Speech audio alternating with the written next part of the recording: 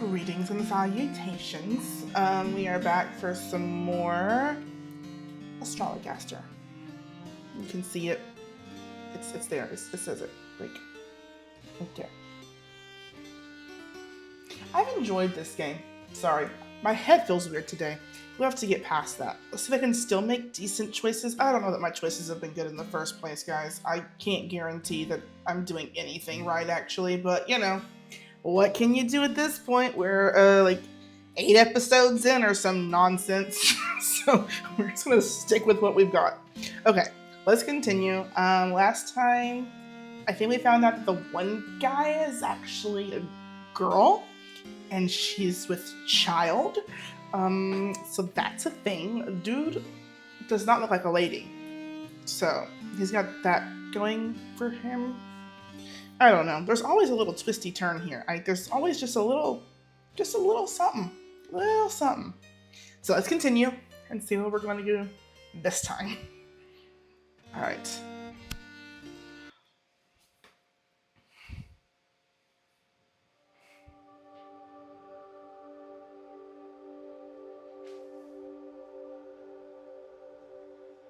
Maybe? Why must this wench act so distressed? Mayhap she can't abide a jest. No welcome love when 'tis professed. What an ungrateful lady! I tell you. What an ungrateful lady! These people will sing your praises and then will tear you down just as quickly. They used to sing about how great she was and how beautiful she was and how fair and smart she was. Now they're calling her a prude. So just see how this goes. Good day, Mistress Lanier. Pray, come in and take comfort by the fire. The wind is fierce and cold this day. Did you see him this time, Dr. Foreman? He did it again. He ran off the moment he saw me. See who, madam? Your patient, Signor Ferraro. Ah, verily? Indeed, I was expecting him to come for a consultation this day. But he changed his mind and ran off, you say. How very mysterious. Truly, 'tis as if all men are determined to use me ill. So I wonder if Signor Ferraro, however you properly say it, is somehow kin or familiar closely with her. Because if we know that it's a woman beneath the disguise, then we know it's not because it's a man who has a crush on her. Well, in theory, it's not a man who has a crush on her, but rather someone who may know her outside of the attire. I don't know. Thoughts, concerns, doubts, unbeliefs? Yeah, we'll see what happens. Surely not all men, madam. I, for one, remain most devotedly at your service. My dear lady, I do not need to read the stars to see that something grave has befallen you. Pray, tell me what it is. Yesterday I did meet with Mr. Shakespeare to discourse upon our new play, which is to open this week at the theatre in Shoreditch. But though I was determined not to confront him about the sonnets he wrote about me, 'twas difficult to hide the heaviness I did feel in his company. I can well imagine, madam. So then, well, he remarked upon my dark humour. To wit, he said to me, "Amelia, your pretty brow does furrow, so I will kiss it smooth." And I sense that you did not receive this well? Indeed, I did not. Forsooth, I was so enraged by this, I reversed my flagon of ale full over his head.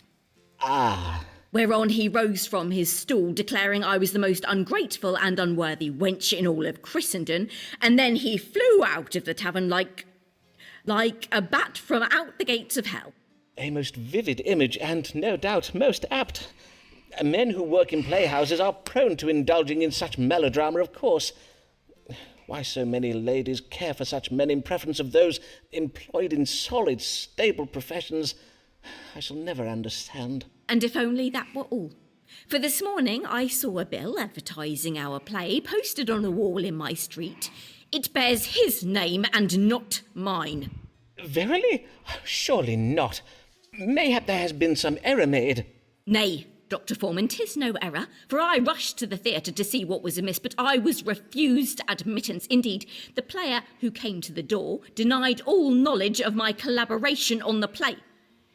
Methinks Mr. Shakespeare is exacting his petty vengeance upon me for rejecting his sly suit by denying me credit for my work, and he means to deal with me by pretending I do not exist, as if I were a ghost. Or is it he who has become the ghost?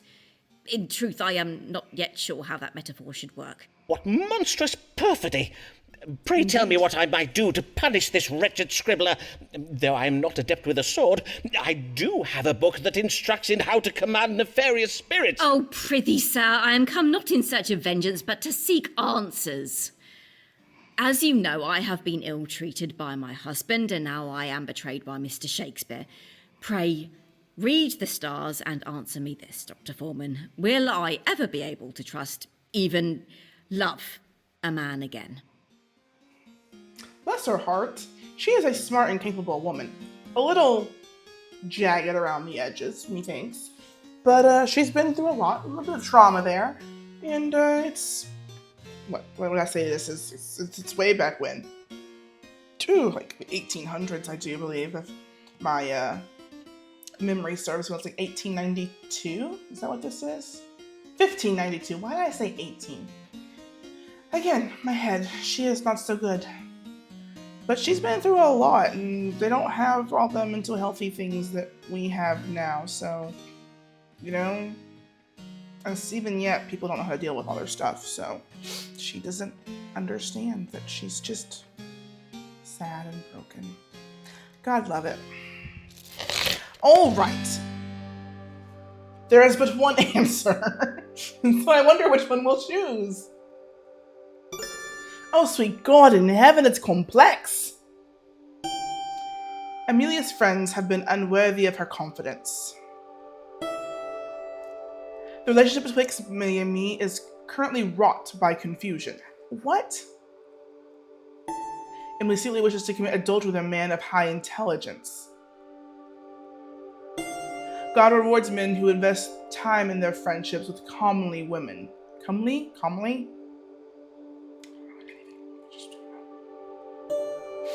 Amelia's literary legacy has been betrayed by Mr. Shakespeare. Amelia should give in to her true feelings. Mr. Lanier is ignorant of the love she inspires, but her ignorance... Mistress Lanier is ignorant of the love she inspires, but her ignorance will be reversed. Amelia's present adversity may bring change and new life in the womb of a child. So this one is all that I get, but it is complex and has many pieces. I don't know why he seems to think everybody wants him. Everyone, when they see his silhouette out upon their doorstep or in the shadows of the night, calls him lanky and tall and just scrawny, and they aren't kind to him in their descriptions. But he seems to think that he is God's gift to this planet. That's gotta be what it is, because why else would he be so whatever?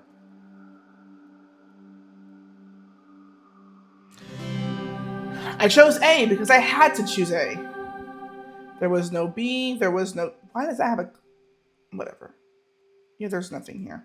Whatever.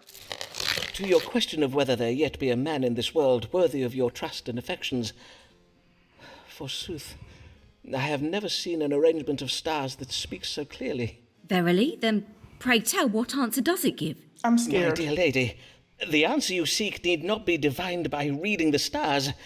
It may be read in the signs you see before you now. To wit, the answer you seek is right in front of you. I am afeard I do not follow, Dr. Foreman. 'Tis your feather quill, a half-eaten apple, your desk is a little untidy, and I must confess the symbolism in Flemish still-life painting has always quite confounded me. Take a skull, for instance. What sense does a skull make alongside a bowl of... Below. 'Tis clear to me now, your face was always hid in shadow, but 'tis you, Mr. Foreman. You are the man who has been prowling me these last months. Dearest, loveliest Amelia, allow me to profess to you my undying admiration for your charms, which are not insignificant. God's womb at two, Dr. Foreman. Fie, you of all men to betray me thus. But 'tis true. I now see the answer. For I know now never again to trust a man to guide me. Henceforth I shall write under my own name, and when there are decisions to be made, I shall take my own counsel and make my own judgments. By the by, methinks I do at last understand that prediction you made for me some years ago, Dr. Foreman. The one about how belief is required if I am to succeed. 'Tis a belief I must hold not in the inevitability of my own personal success, but of the successes of the women who will come after me. Farewell, Dr. Foreman, and clean your desk. Verily, 'tis quite disgusting. It's a good thing I already got the letter from her, guys, because I didn't have a choice, ladies and gentlemen of the jury. This was the only option given to me. So I did my best. Oh, this was her last visit. The Coronet did wish to know whether she will ever trust or love a man again. Did advise the Coronet that I was a man whom she could love and trust.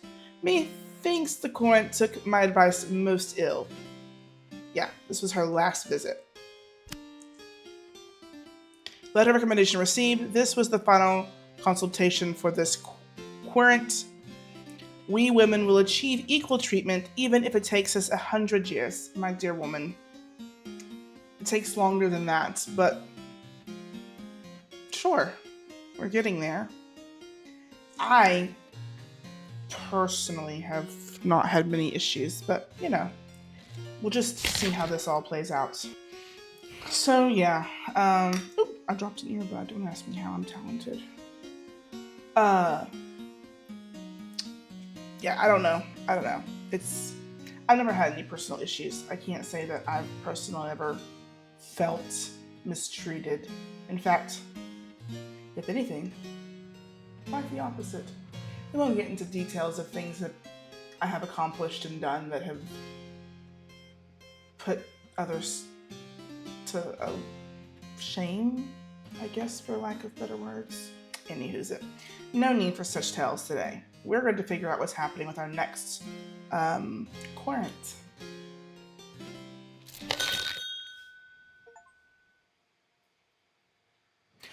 Oh, we got a little alert there. We completed her story, so congratulations us. We did it, my friends. Mail. Sir, I must beseech you not to encourage my husband Nicholas in his fanciful notions. I bid you consider the trouble you are causing our family by emboldening his delusions. Your Coroet's long-suffering wife, Sarah Mugg. We're not helping his delusions. It's itchy. My back is itchy. We are not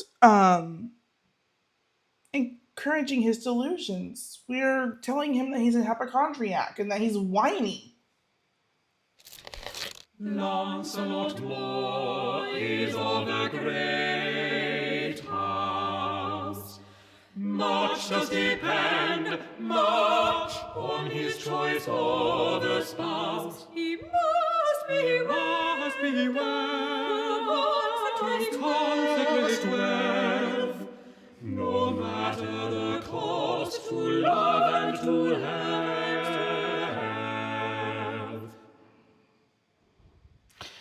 So I think this is a new guy. Sorry. I'm getting my, I have an appointment on 2 days from now. Actually, the day that this airs, today. I have an appointment technically today for you. It's 2 days for me, but today for you. And the person that is taking me to this appointment, because I may have had some health issues and that may have led to some car issues. We won't get into details. Save that for Saturday's episode tomorrow for you. 3 days. It's Wednesday for me, so this will post Friday. But no, I may discuss it Saturday. I feel like my one-offs are better for those, where I just play the random shorter games. Anyway, she's going to take me to my appointment, and she's asking me questions about it, so bear with me just a moment here. I think that I'll take care of that. All right, got that taken care of. I think this is a new guy, though. I don't recall him from before. Of course, there's some that we haven't seen in a while, so we'll see. Good day to you, young sir, and well met. You are Lancelot Moore of Middlesex, are you not? What an honour it is to welcome a son of the great house of Moore to my humble consulting chambers. 'Tis indeed I, Lancelot Moore. I will own it. But hear this. My family is ignorant of my designs in coming here, and I wish them to remain so. Which is why I come to you, Mr. Foreman, for methinks you are not such a man who would ever find himself in the company of a family such as ours. How kind. Well, you may count upon my discretion, Mr. Moore. And what is the matter that brings you this day? 'Tis that my family wish me to marry my wretched cousin Barbara. And I take it you would not wish to comply? Nay, I verily would not. Cousin Barbara is a vile little minx. She loves nothing more than to sport with me and play cruel japes. Last Christmas, she even hid a dead mouse in my mince pie. Oh, that's The rubbish. lady does seem most spirited. Yeah. The lady? Pish. Oh, pish. Cousin Barbara is hardly a lady, for she is not 14 years of age. It is most unnatural to ask a grown man to wed a child. Indeed it is. 'Tis my belief that in these enlightened times we should consider... Verily, Barbara be damned. My heart belongs to a true woman, not a freckled, scrawny slip of a girl. A full-blossomed woman. A woman, you say? Aye, Marion, my other cousin. I see. Ah, Marion. So beguiling are her shapely charms. Oh, to lie, if not to die, in Marion's arms. So soft her lips, so sweet her face. Oh, how I yearn for her embrace. In me she hath such passion stirred, a fever rises in my... Yeah, no, I don't know if any good comes from that. I pray for death, and would be martyred if from her I be thus parted. And so you see, you must help me forestall this wretched marriage, so that I might wed my sweet cousin Marion. Mr. Foreman? Mr. Foreman? Yes, indeed. Let us see what the stars advise. Yes, let's... How might Mr. Moore avoid this marriage to his cousin Barbara? Different times, guys, different times. This wasn't uncommon. Though, I was listening to, like, there's these, like, posts or these videos on YouTube that you can listen to that are, like, history for sleep. Like, you listen to go to sleep at night. And there was one such tale that discussed, I think it was talking of the pharaohs and things of that nature. I do believe. I don't know. It was talking about days of yore, and it was talking about how it wasn't always pleasant for the younger royalty when their time came to take throne early due to death of family and being the heir to whatever place, when they would have to marry like siblings or cousins, and how that wasn't always the healthiest of choices. And they did acknowledge, whatever junction of time these were based in, that there could be some inbreeding there, and they acknowledged that there could be some health issues and things that would stem from such shenanigans. But again, they were just trying to keep the bloodline pure, and thusly were often forced to do such things. But they did note that it wasn't always to the happiness, obviously, of the couple, because they knew they were related, and they knew they were expected to lie together as husband and wife. And I can't imagine doing such with a younger sibling, especially when you're like 12 and they're 7 and you're expected to, I wish you have to wait, I'm assuming. I don't know. I don't know how history works like that. I don't know how incestual, youthful marriages work. It's like him. It's just weird and it's gross. It's not natural. That's beside the point. But anyway, I was just intrigued that the historian or whomever was reading these tales acknowledged how they knew that it could cause health problems in the offspring that could very much so ensue. How they could have, that third elbow or whatever. So I thought that was interesting because those are very interesting takes on history when I listen to those. The gentleman's voice is most soothing, and some of the tales I have to not listen as intently to as I slumber away, because they can get really dark as they're really, really honest. So it's interesting to hear those tales. Anyway, I'm sorry. I digress. So what's going on with this gentleman here who's supposed to marry his cousin? Oh, I got 3 options this time. Nary but one last. Okay. If more spreads rumor about Barbara being sexually active in the marriage, oh my gosh.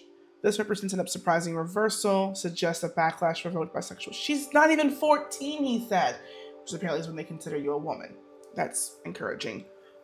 Which depends on how they look at 14. I looked 20 at 14. So, and then I looked 14 at 20. So don't ask me. Suggests that Barbara was with child. She may not be as chaste as she's... No, those are horrible ideas. I don't like them. Appeal to Moore's family. Vanity may induce him to travel. An appeal to Moore's family. I'm going to try reading this for a 3rd time and read the words accurately. An appeal to Moore's vanity may induce him to travel abroad. Moore will be able to extract himself from this engagement once he has come of age and has control of his fortune. Moore should betray his family by serving his country. He should go to war. That's interesting. I mean, if that's your only escape. I'm sure that was a thing that happened. Barbara is secretly unhappy about the marriage. God's aid will come via cousin Barbara, who is both intelligent and rebellious. What does Moore's intuition tell him about this marriage? Therein lies the key to unraveling his engagement. I don't like the first one, obviously. I am not a woman to tell another person to lie. I always found a way to finagle results differently. We don't have to lie to avoid conflict and situation. No, it's not necessary.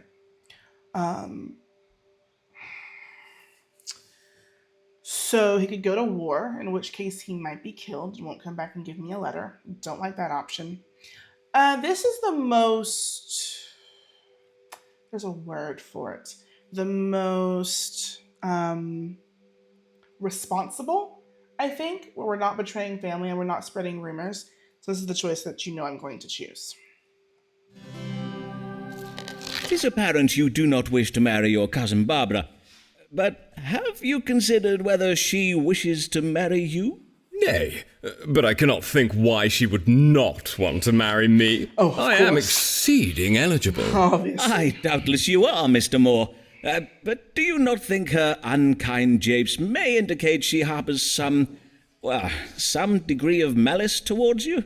Mayhap you are right. I did find a toad in my bed Thursday last. 'Tis as if Barbara were possessed by a demon. Very possibly. And thus possessed, she may be distracted and not wholly aware of your, fine qualities. I advise you to simply bide your time, for the stars suggest she is a cunning maid who plans to thwart the marriage using a method of her own devising. Verily? Then I will leave it all to Barbara, as you advise. But it shall be on your head if I'm forced to marry her, Mr. Foreman. Not quite the words I would have used. I would have more said, because it said something to the effect of, let how you see the situation be what allows it to play out, or something along those lines. or allows you to make your decision on how to proceed, not to leave it in the hands of a child. Because his argument that she doesn't like him because she's cruel, if she is a young little knave that's under 14, there's a great chance that it's quite the opposite is the reason for her harshness, because children don't know how to express affection in a healthy manner when it's to someone they are infatuated with, and thusly pranks and jokes and insults are the best they can come up with. So it could be quite the opposite of what Dr. Foreman seems to think.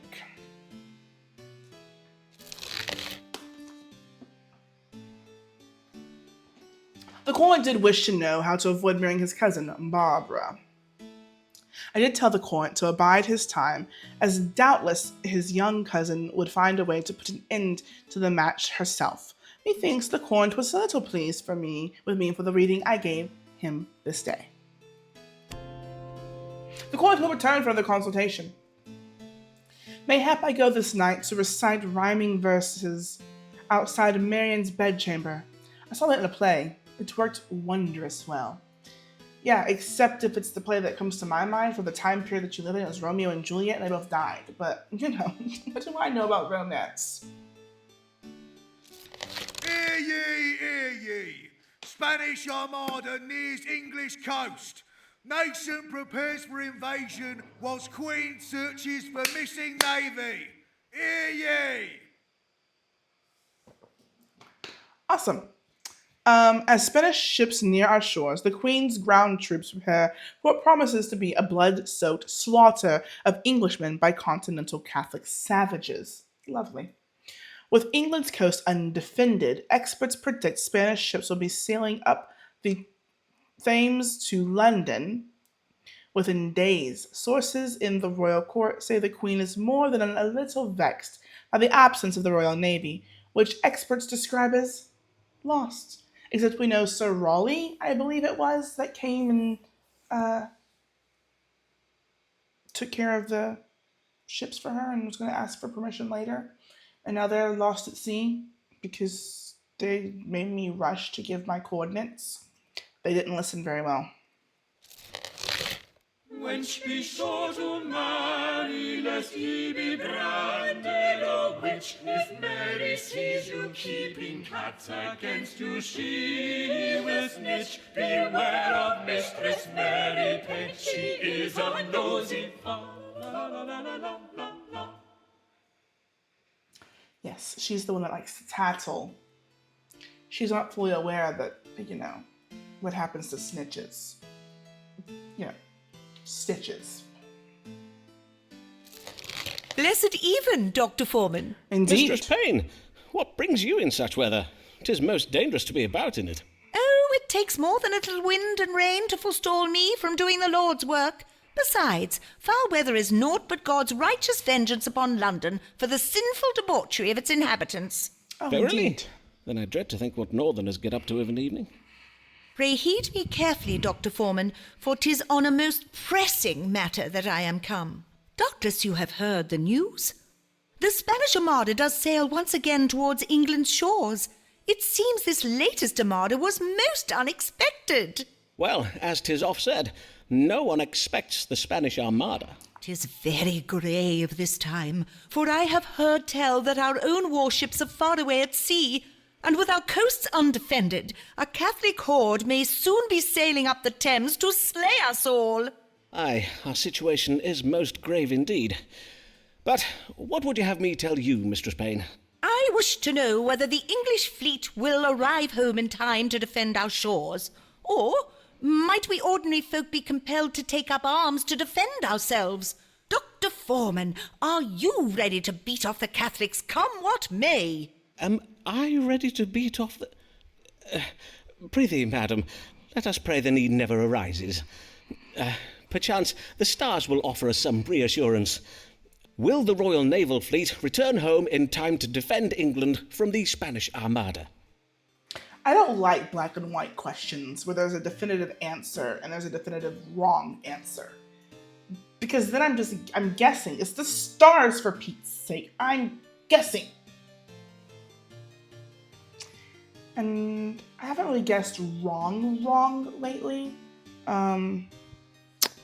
Moreover, I've guessed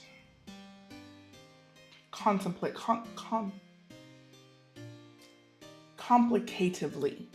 Words are hard. It's a bit chilly in here. One moment. Allow me to fetch a sweater. Much better. Okay. I don't know what the stars are going to have to say, but let's find out.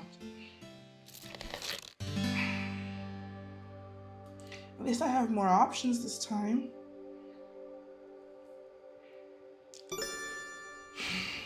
Okay. The Royal Navy is absent due to a reckless and misguided pursuit of gold. We know this. Ambitions will be thwarted by confusion. That sounds promising. Unpleasantness will result from a cunning plan to steal goods. It checks out. We went to go steal from someone else, and now those from whom we wish to steal are attacking our shores while we're still away, trying to steal from them. If I'm understanding the situation, correctly. Oh, very good. So when it was tickling my earlobe. Okay. Mistress Payne must rouse her neighbors to take up arms. The authorities cannot be trusted to uphold their duty to defend ordinary Englanders. Catholic evil angels will. I think there's supposed to be a space there.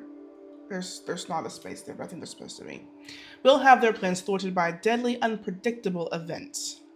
The Spanish fleet will be delayed due to the idleness of their sailors. See, I don't like... Oh, now I'm breaking things. Oops. My desk, when it was built, the person who built it for me did not build it the right direction. The front has drawers, and they put the back bits, which have the stoppers, on the front, so my drawers aren't functional.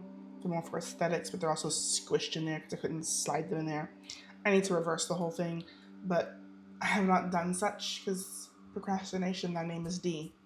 But then one of the drawers just fell out onto my floor and my tootsies. So it just sit over there in a corner crumpled up. I like B and I like C. I do not like A because I'm not guaranteeing anything.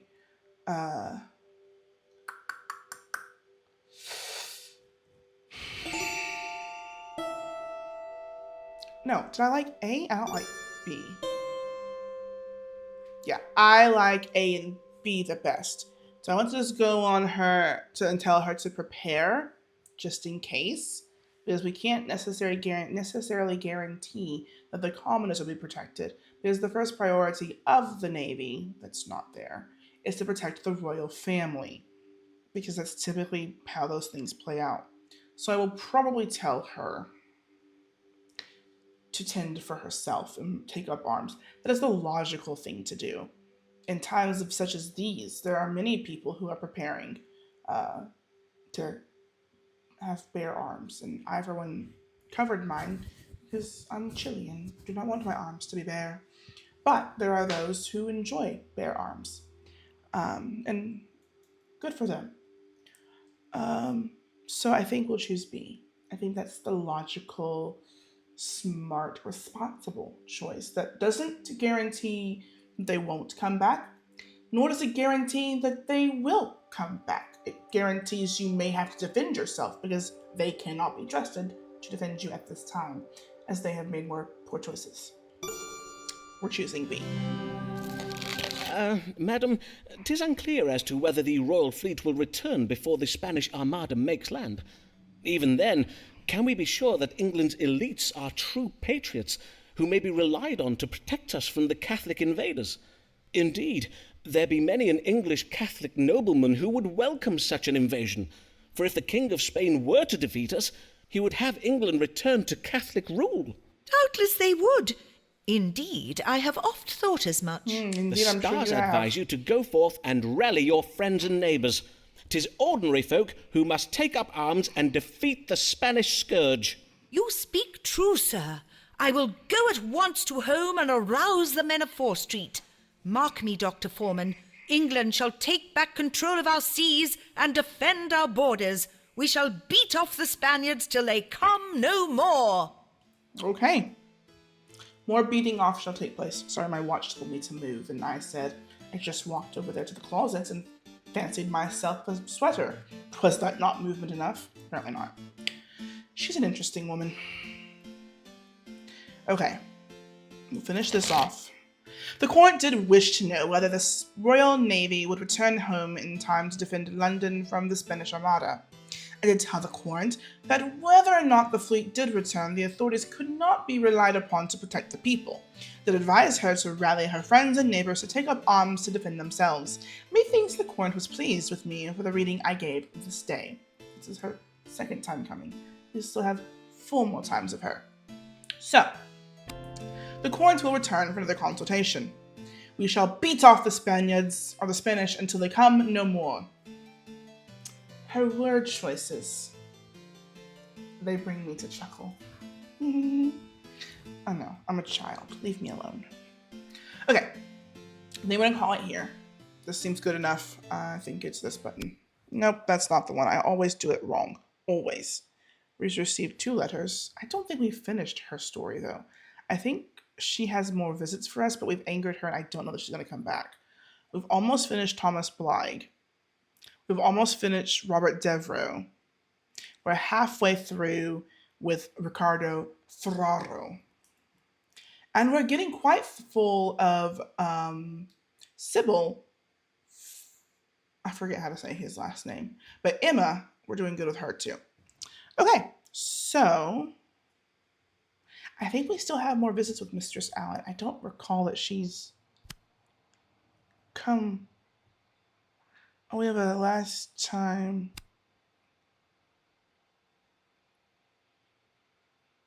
I advised the court that she was not with the child and advised was instead a little too. I don't remember telling her that. I remember telling her other things, but okay. But we still have 1 more visit with her, apparently. That will come eventually.